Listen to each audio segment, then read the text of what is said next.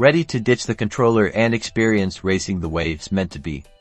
Let's get your Thrustmaster T248 hooked up to your Xbox. First, locate the cable ports on the back of your T248 wheelbase.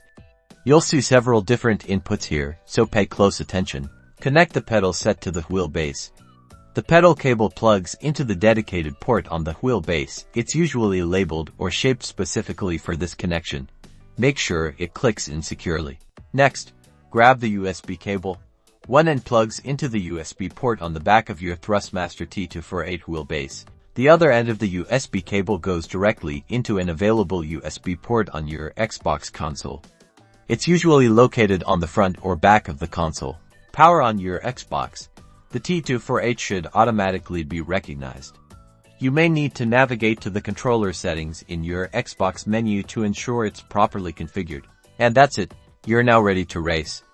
Load up your favorite racing game and enjoy the immersive experience of using your Thrustmaster T248 on your Xbox.